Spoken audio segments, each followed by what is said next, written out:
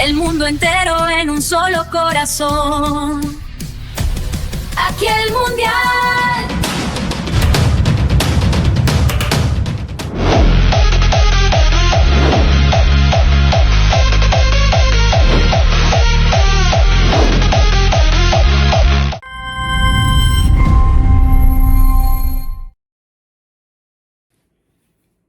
¿Cómo están, amigos? Cordiales saludos. Bienvenidos a su programa Aquí el Mundial, una producción de Ondala Media desde Miami para el mundo. Bueno, ya la afición ecuatoriana cuenta las horas que faltan de aquí hasta el martes para el partido por 16avos de final del Mundial 2026 ante la selección de México en el Estadio Azteca o simplemente Estadio Ciudad de México Mundial 2026.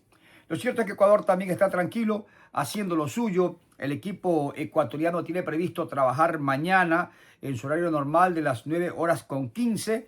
Luego tendrá su viaje hasta la Ciudad de México, un viaje aproximadamente de 3 horas y media. Y luego la rueda de prensa que estará brindando a las 19:15. Según estila el protocolo FIFA, el día D-1 del partido, siempre los equipos van a trabajar en el estadio, hacer un reconocimiento, hacer un movimiento, y luego viene esa rueda de prensa que es generalmente de obligación y que siempre la da el director técnico y al menos uno de los jugadores. Así que ya hay expectativa en ese sentido. Ecuador con normalidad, esperando su partido ante México. Veremos, porque el duelo se pinta muy parejo. Desde México hay versiones muy distintas. Por una parte piensan que ha sido un rival inmejorable que les ha tocado. Por otra parte, si hay algún temor, porque saben cuál es un equipo que viene con una capacidad defensiva muy similar a la de ellos, que es un equipo que no le afecta para nada el tema altura, aunque yo creo que tampoco se tratará mayormente en contexto. Y por lo demás, veremos quién puede en este duelo muy interesante, repito, por 16avos de final. Bueno, pero antes de continuar, vamos también a revisar nosotros un informe que le hemos preparado de lo que significa los equipos que ya se fueron. Hay que recordar que ya se marcharon 16 equipos de la Copa del Mundo, y aquí iremos haciendo un recuento poco a poco en orden regresivo de los que ya no están más en el Mundial 2026. De atrás para adelante, como se dice, Irak fue el número 48, el último de la tabla. En el 47 quedó Túnez, 46 Uzbekistán y 45 Haití. Tenemos un informe al respecto. Puesto 48, Irak. Al igual que en su primera participación mundialista hace 40 años, los llamados Leones de Mesopotamia se fueron con las manos vacías, sufriendo 3 derrotas. Su única y efímera alegría la vivieron en el debut, cuando Aymen Hussein anotó el empate transitorio ante Noruega a los 39 minutos, terminando todo en un duro 4-1. De ahí devendrían otras aparatosas caídas: 3-0 contra Francia, ante la que resistieron solo un cuarto de hora, y finalmente 5-0 contra Senegal, que supo aprovechar la tempranera expulsión del zaguero Revin Zulaka. Entre los nombres rescatables que dirigió el australiano Graham Arnold se anotaron los de Ibrahim Bayesh, Almir Al-Amari y Al-Hamadi. Puesto 47, Túnez. Se trató de su 7ª participación mundialista, sin imaginar que sería la más pobre de todas. Sin punto alguno y un -10 de gol diferencia, el descalabro de las Águilas de Cartago comenzó con la derrota de 5-1 ante Suecia, lo que propició la salida de Sabri Lamouchi, seleccionador que fue reemplazado al andar por el también francés Hervé Renard, que tampoco pudo enderezar el barco al caer de entrada 4-0 contra Japón, sufriendo otro revés en la despedida frente a Países Bajos, ahora por 3-1. Los goles conseguidos por Omar Rekik y Hassem Mastouri quedaron apenas para los registros. Después de la interesante campaña cumplida en Qatar 2022, las expectativas por superar la fase de grupos era mucha, pero otra vez se quedaron en frustración. Puesto 46, Uzbekistán.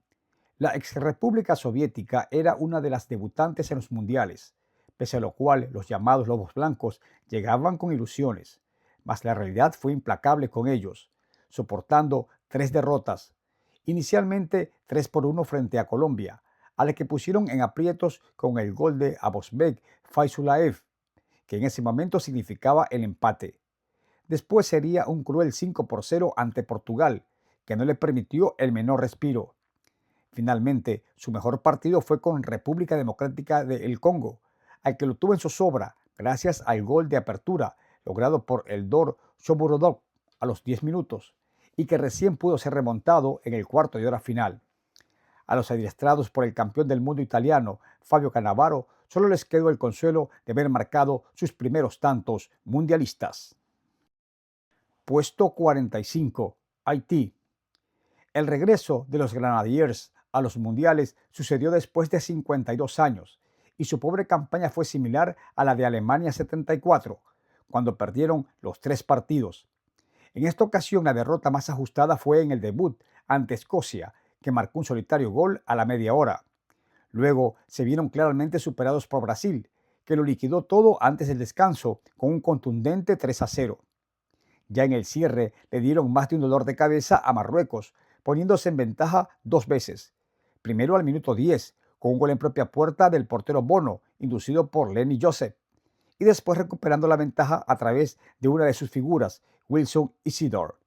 Sin embargo, en el segundo tiempo caería la remontada de 4-2.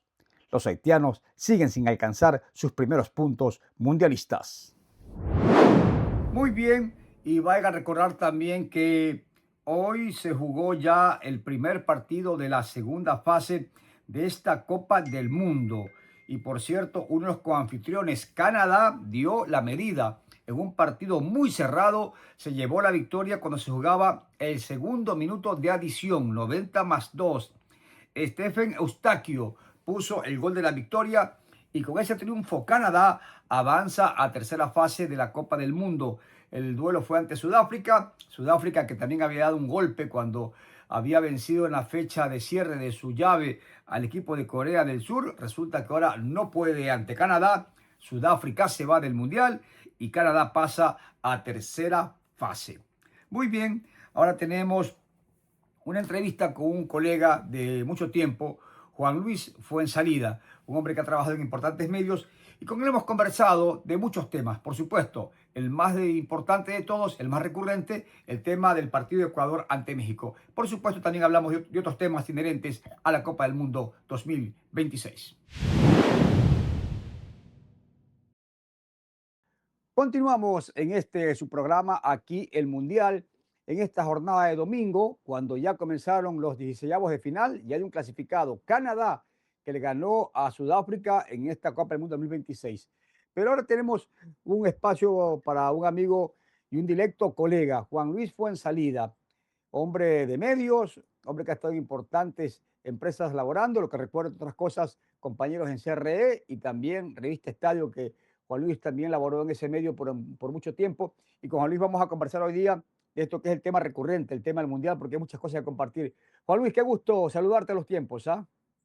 ¿Qué tal, Carlos Ramón? Un abrazo aquí saludándote y bueno, a las órdenes, ¿no? Sí, vamos a empezar con el tema recurrente, obviamente, que es el tema Ecuador, porque creo yo que hicimos las cosas de la forma más difícil, ¿no? Perdiendo con Costa de Marfil, empatando con Curazao, pero ganándole a Alemania. Eso desde la óptica del hincha a lo mejor es sufrir mucho y gozar más. Pero claro, Juan Luis, también deja muchos apuntes porque ya no podemos equivocarnos otra vez, ¿no? Sí, o sea, a ver, aquí hay que separar, como tú lo dices, la parte hincha, que obviamente creo que todos nos convertimos en un momento el día del partido con Alemania. Creo que era muy difícil poder dar una opinión después de todo lo que pasó los 90 minutos, ¿no? Fue muy emotivo. Creo que todos los que han hecho periodismo y siguiendo la selección durante tantos años sabemos lo trascendental que fue ese momento. Entonces era difícil llegar a analizar. Pero obviamente aquí hay que separar las cosas. Primero, cómo juega Ecuador, una selección que creo que el profesor Becasese encontró la fórmula de resultadista, digamos. Encontró la fórmula resultadista, sin embargo, que no termina agradando en el paladar del hincha.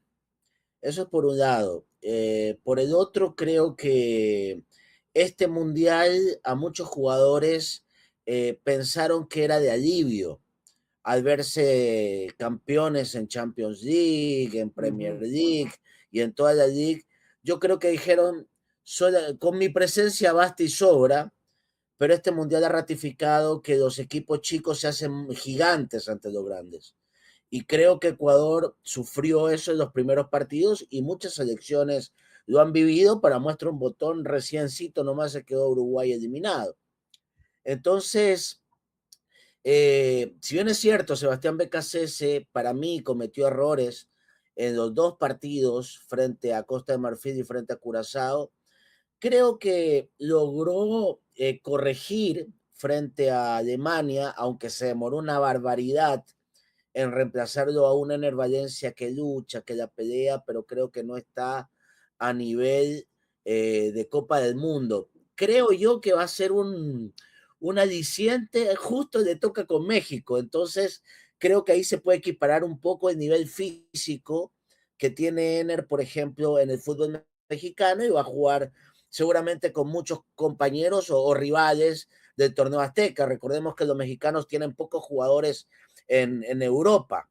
Entonces, creo que ahí se mueve un poquito todo el tema de Ecuador, mi querido Carlos Ramón. Sí, definitivamente estamos apuntando a lo que será el partido del martes, no más allá de lo que ya pasó, porque aquí también viene una lectura muy interesante, no ambivalente si se quiere. Uno escucha la opinión mexicana y por una parte dicen México ante Ecuador. Para México, free pass, pase libre, la llevamos de alivio, es gratis. Pero otros dicen, bueno, a mí la verdad es que no me gusta mucho el tema Ecuador porque es una selección para la que empezar no le afecta el tema altura, ¿no? Así lo hubiera. Y hablo esto porque una cosa es la altura al mediodía y otra cosa es la altura en la noche. Los efectos son muy distintos. Pero además porque nos conocemos mucho, Juan Luis. O sea, yo creo que este partido llega muy parejo. Por ejemplo, cuando hablamos del 2002, yo creo que México sí nos llevaba una ventaja por experiencia, por rodaje, por jugadores. Pero ya viendo las cosas a este presente, creo que lo único que tiene México a su favor es la localía, que también puede ser algo muy subjetivo, ¿no? Sí, mira, justamente hoy día había subido un muy breve comentario cuando me enteré que era México. Y yo veo más cosas buenas que malas, más allá que los mexicanos parece que están mirando en menos a Ecuador. Primero, nos conocemos y lamentablemente no nos ha ido bien con ellos justo en la Copa América que se desarrolló acá. Nos dejaron afuera y pudimos haber avanzado más. Esa es la primera. En la Copa del Mundo, una selección que iba a aprender, como lo dijo Bolillo Gómez, les comenzamos ganando y nos lo dieron vuelta de una forma increíble.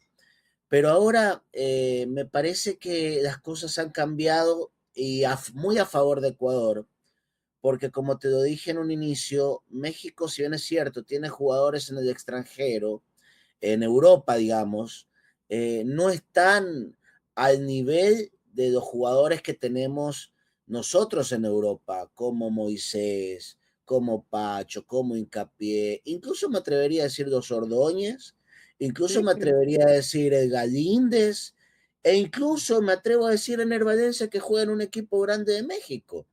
Entonces, por ese lado, a nivel de jugadores, yo creo que Ecuador tiene jugadores de mejor nivel o por lo menos más valorados. Yo creo que si uno ve el nivel en cuanto a valores de las plantillas, yo creo que Ecuador lo supera a México. Esa es una.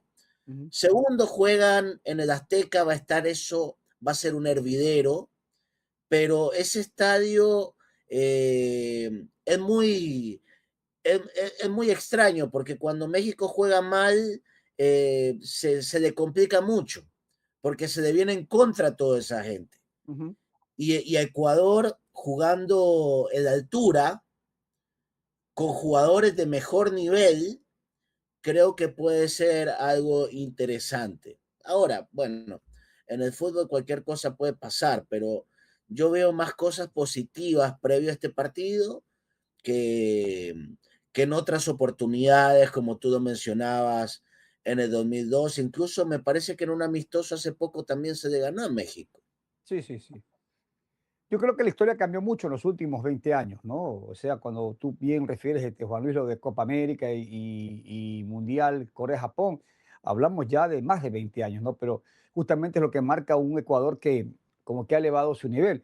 Ahora, esto de la motivación de la olla que se llama Estadio Azteca, pues si los minutos pasan y la cosa no va para México, y ojalá así sea, lo decíamos los ecuatorianos, esa motivación se empieza a convertir en presión, en apuro. Y yo creo que los mercados también han tenido duros reveses en la Azteca. Ahora, volviendo al tema ya más futbolístico, ¿no? Porque yo veo que ellos, mientras apelan a la localía, también reconocen que Ecuador tiene jugadores, como tú decías, cotizados que ellos no tienen, ¿no? Y yo creo que eso también puede jugar un papel muy aparte. Ahora, viendo este México, ¿te gustó, por ejemplo, lo que viste ante Sudáfrica, ganó 2-0? Lo que hizo ante Corea, ganó 1-0, que son los partidos que lo clasificaron a México. Pero realmente yo no termino de ver ese México que vuele, que despegue. Ha tenido una campaña impecable, ¿no? Ganó todo y no recibió un solo gol, pero yo no sé si jugando a ese nivel le alcance para ganarle a Ecuador, sobre todo si Ecuador sale bien parado. Bueno, yo vi un par de, o sea, después del partido, por ejemplo, de inaugural, luego me puse a escuchar a la prensa mexicana y estaba molesta. Ujú. No estaban satisfechos con el desempeño de México por haber hecho algunas variantes, haberlo sacado, por ejemplo, a Jiménez, que es uno de sus goleadores. Entonces, como te digo, eso les puede jugar en contra. México tuvo muy buenos momentos. Creo que en todos los partidos tuvo unos 20 a 15 minutos de presión alta, llegada por todos lados y por supuesto que se puede convertir en un rival peligroso. Pero la ventaja que tiene Ecuador es que la solvencia defensiva es lo que, con lo que hemos mantenido de cierta manera, y creo que mucha gente a distancia, pero que lo ha aguantado a Sebastián Becasese. Entonces, a lo mejor vamos a tener un México que se nos va a venir con todo, pero creo que defensivamente Ecuador metido atrás es un equipo muy, muy sólido, empezando por su arquero, que incluso contra Alemania creo que Ujú. poco lo nombraron, pero realmente Galíndez sacó jugadas increíbles, así como lo hizo frente a Costa de Marfil y como lo hizo frente a Curazao en momentos claves. Imagínate si no atajaba esos contragolpes con Curazao, probablemente nos quedamos afuera del Mundial y nos terminaba ganando Curazao. Entonces, yo creo que Ecuador en la parte defensiva lo puede manejar el partido y ahí Sebastián Becasese se puede sentir la comodidad de lo que él quiere, que es la salida rápida, la salida ya sea por las bandas o esos pases largos que suele meter Moisés Caicedo, que si la llega a parar Enner o la para la Roda Rodríguez, se vuelven en verdaderos contragolpes y mortales. Entonces, el partido se va a dar mucho para la estrategia de Becasese, Ujú. porque el Vasco Aguirre creo que se llama el técnico Sí, mexicano, ¿no? Javier Aguirre, el Vasco. El Vasco Aguirre es un técnico también que le gusta jugar muy a la defensiva y yo creo que va a tener que salir a proponer un poco más, como lo Ujú. hizo, por ejemplo, obviamente siendo locales con la presión de la gente, tuvo unos 20 minutos interesantes, pero no un equipo que tiene una intensidad constante. Entonces, si Ecuador logra controlar esos primeros 15 minutos, ya vimos que contra Alemania logró controlar el juego y poquito a poco se fue armando y encontrando la manera de hacer daño al rival. Mira, yo también veo que los mexicanos están apelando mucho a la cuestión emocional, ¿no? A esto del público, a esto de la historia, a esto de que han hecho una campaña perfecta, pero yo todavía no sé si México ha tenido una exigencia realmente brava y creo que con Ecuador la va a tener, porque Ecuador es un equipo, como tú dices, se cierra atrás y te puede matar con un contragolpe. Ahora, emocionalmente, ¿qué es más llevadero? Saber que estabas eliminado prácticamente y resucitas y tienes una oportunidad más y ahora empieza de nuevo este torneo a decir, vengo ganando todo y hasta ahora ni un gol me han hecho y esto tiene que seguir así. Porque yo creo, mi querido Juan Luis, que Ecuador mostró una entereza, demostró un temple enorme el día del partido ante Alemania, porque un gol que para mí es un gol de camino y que no debió subir al marcador porque fue un gol para mí totalmente viciado de nulidad porque hubo una jugada peligrosa que no se pitó. Y son cosas que yo las saco a limpio y digo, bueno, ¿cuántos goles le han hecho? El de Alemania, que fue un gol para mí que ni siquiera debió ser. Y bueno, el de Costa de Marfil, que fue un gol contra Natura cuando estamos nosotros ya dispersos y todo lo demás. Te digo esto porque creo que van a darse situaciones al extremo en el partido del día martes. Creo que se va a ver, Juan Luis, mucho requerimiento de temple, de carácter para este partido. Mira, justamente, bueno, te cuento, ahora estoy ayudando a un equipo en la Liga Amateur, en la Liga de Ascenso, y justamente eso conversar con los chicos porque el equipo Independiente de Guayaquil, donde estoy ayudando en la parte de comunicación, dominó todo el grupo que le correspondió y hoy día le tocaba jugar, digamos, con el octavo clasificado. Entonces, imagínate que estos equipos, el octavo del otro grupo, le hizo un partido bravísimo en los primeros 20 minutos y la ansiedad que tienes, porque eres mejor, a veces te juega una mala pasada. Y yo creo que pasa exactamente lo mismo. México va a tener ese problema de que sabe que tiene que salir a buscar el resultado porque la gente se lo va a pedir. Y Ecuador viene de vivir los extremos más duros que puede tener el fútbol. Los extremos más duros es que prácticamente estés afuera y que en 5 minutos estuviste prácticamente eliminado en el Mundial y de pronto lo diste de vuelta de una forma, pero de película. Entonces, esto creo que la parte motivacional se está dando muy a favor para Ecuador. Hablando netamente de la parte emocional, como tú me dices, Ecuador va muy bien a jugar este partido con México y le ha tocado un rival que creo que es el rival perfecto Ujú. para que Ecuador ratifique lo que hizo frente a Alemania y pueda avanzar. Además, el otro aliciente, Carlos Ramón, es que si clasifica, se puede topar con Inglaterra y sería una revancha de lo que fue el Mundial del 2006, pero con un aliciente, que siguen en el Azteca. Y en Ujú. el Azteca Ecuador juega con la altura a favor, o sea, mira todo lo que puede pasar.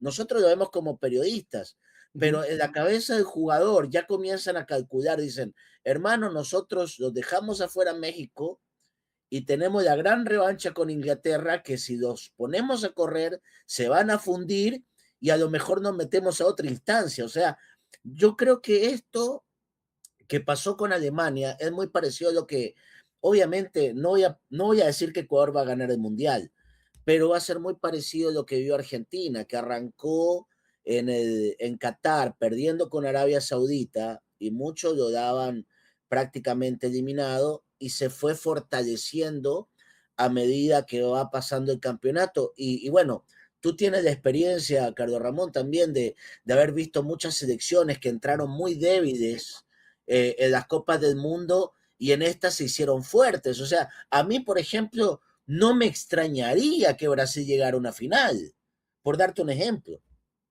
De acuerdo.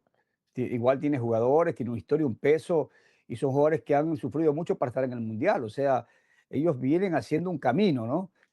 Cuando tú llegas demasiado bien posicionado, ahí es el peligro que por ahí te vayas tú a quilosar, te vayas a confiar un poquito, relajar y pagaste, y no hay otra opción. Ahora, esto que tú mencionabas las llaves, sí, primero es lo primero, pero claro, el ganador de la llave Congo-Inglaterra va con el ganador de la llave México-Ecuador en el Azteca, ¿no? Entonces uno empieza a fantasear y bueno, primero es lo primero. Y yo también pienso que México es un rival que es asequible para Ecuador. Ellos están convencidos que Ecuador es muy asequible. Nosotros estamos convencidos que México es asequible y creo que vamos a ver qué pasa en la cancha. Ahora, cambiando un poquito de esto, yo realmente te cuento que estoy confundido. Yo no sé cómo hizo la FIFA para decir que México era el rival de Ecuador. Yo estaba viendo los cuadros y no sé cuál fue el argumento, porque yo decía, a ver, el primero de la llave era el primero del E, le tocaba directamente el ganador del L, que era Inglaterra. Si no venía el descarte, después del tercero del A, que no clasificó, que era Corea, nos tocaba Bélgica. Y después del C, que era Escocia, nos tocaba México. Entonces yo decía entre mí, si es por nomenclatura directa, Inglaterra es el rival por defecto. Si es nomenclatura por descarte, después de la A viene la C. Entonces nos tocaba Bélgica. Pero finalmente nos tocó México y siempre fue México. Aún no entiendo, y estaba viendo algunos espacios, decían, la forma en que la FIFA o la organización estableció las llaves no fue tan fácil de entender, porque por lógica no te da. Luego leí que había argumentos de horas de descanso, de horas de viaje y cosas así que yo la verdad es que me quedé con la palabra, es a través de un análisis matemático complejo. Cuando me dijeron eso, ya me quedé tranquilo porque yo dije, no lo voy a entender. Entonces, resulta, mi querido Juan Luis, que antes era tan sencillo, el primero con el último, etcétera, etcétera, y ahora resulta que análisis matemático con distancias, horas de descanso, rivales, no sé qué, no sé cuánto. Al final, yo pensaba que el rival de Ecuador iba a ser Inglaterra o iba a ser Bélgica, que nos tocaba Seattle, nos tocaba por ahí, me parece que Atlanta. Pero bueno, nos tocó México y veremos qué pasa. No sé si tú tuviste claro siempre la nomenclatura. No, no, mira, yo me quedé con el tema de la tabla de posiciones de los mejores terceros y Ujú. esa le iba consultando. Y claro, la tabla de los mejores terceros, cuando uno veía las llaves siguientes, por ejemplo, si Ecuador era en esa tabla era el segundo mejor tercero, jugaba con el primero del grupo A, una cosa así. Entonces, Claro. yo tengo entendido que se manejó de esa manera o habían algunas variables, como tú lo dices, y se buscó la manera de hacerlo. La verdad yo no, tampoco, te soy sincero, no, no la tengo clara por qué nos toca México, pero obviamente es una, es un enredo esto, o sea, créeme que yo no soy muy partidario. Si con 48 partidos uno está hecho 8, no quiero imaginármelo en el próximo mundial donde van a ser más partidos y otros países, más traslados. No, no me lo imagino, pero fíjate que la parte competitiva sí ha sido, no ha sido tan sencillo como nos No, imaginamos. no, no, para nada, para nada, para nada, para nada. En mundiales con menos equipos ha habido equipos que fueron un desastre de principio a fin. Y yo creo que aquí en este mundial ha habido más de una grata sorpresa. Lo de Cabo Verde, lo que Curazao hizo con nosotros también, hay que decirlo. Jordania se fue con 3 derrotas, pero metió en todos los partidos un gol. Hizo un gol a Argentina, a Jordania, o sea, le metió color al torneo, ¿no? Equipos que no hubieran podido llegar antes, pero que le han dado color. ¿Te está gustando el mundial este, Juan Luis? Sí, mira, el tema de los horarios a veces me choca justo con programas que tengo que hacer y acá lamentablemente no hemos tenido los derechos, entonces es un poco complicado Ujú. estar, no puedes contar lo que está pasando en la cancha, entonces es complicado estar viendo el partido y haciendo un programa. Es una Entonces, tortura eso. entonces, créeme que a veces yo ya digo, ya no voy a ver nada y voy a dedicarme nomás a hacer el programa y a veces veo los resúmenes, pero obviamente los partidos, digamos, Premier que se juegan a partir de la noche, ya los veo más tranquilos en la casa y los disfruto mucho. He disfrutado mucho de lo que ha hecho Colombia, me ha encantado Francia, por ejemplo, Argentina sólida con un Lionel Messi que yo realmente pensé que ya lo había visto. Lo vi en febrero aquí en el Monumental, hacerse Ujú. un golazo y yo dije, esta va a ser la última vez que lo veo a Messi, no creo que en el Mundial vaya a brillar. Y resulta que me tapó la boca, pues. Y ahora me quedo con la sensación de decir, bueno, lo vi jugar a Messi aquí en Guayaquil. Entonces, hay cositas Sí, que sí me han gustado. definitivamente, ¿no? A mí me tocó el otro día también ir a ver el partido de Francia-Noruega. Fui a ver de nuevo a Mbappé, que en la selección de Francia es otra cosa, pero Dembélé lo eclipsó, 3 goles con 3 remates certeros. Y qué equipo Increíble. que tiene Francia, ¿no? Francia hasta ahora es el gran candidato, pero claro, en el Mundial esto es partido a partido, sobre todo cuando entramos a esta eliminación directa. Finalmente, mi querido Juan Luis, seguramente vas a estar pendiente de todo lo demás, ¿no? Tu rival, tus candidatos, Francia, Argentina, los que mencionaste, Bueno, a mí siempre en los mundiales me ha gustado Países Bajos, ya, Siempre anda muy bien también, ¿ah? Cuando no está Ecuador y Chile, siempre le voy a Países Bajos, me gusta mucho. Ha hecho buenos partidos, pero como te digo, Francia está muy fuerte. Alemania no hay que descartarla tampoco. Brasil creo que puede dar la sorpresa.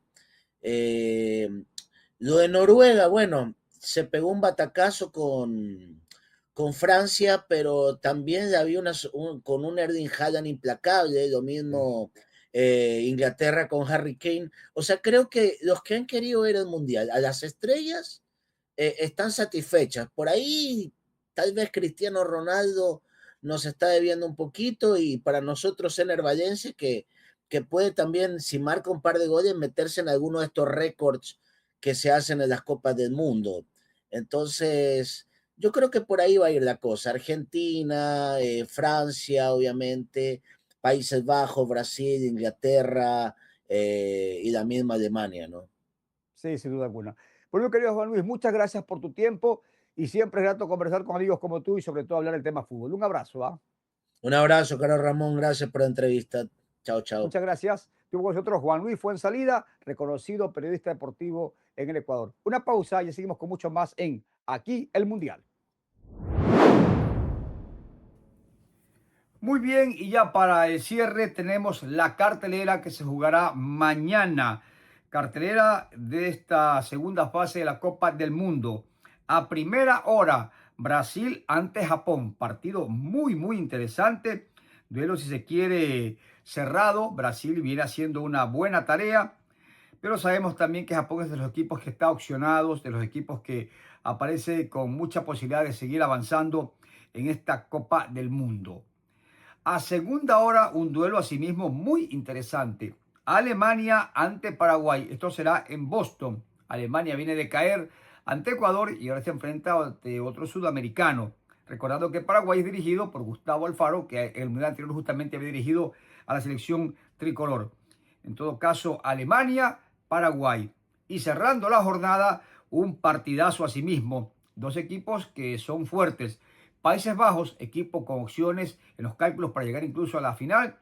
Y Marruecos, una confirmación del fútbol africano que en el mundial anterior fue la gran revelación llegando a semifinales y que ahora también ha hecho una muy buena campaña.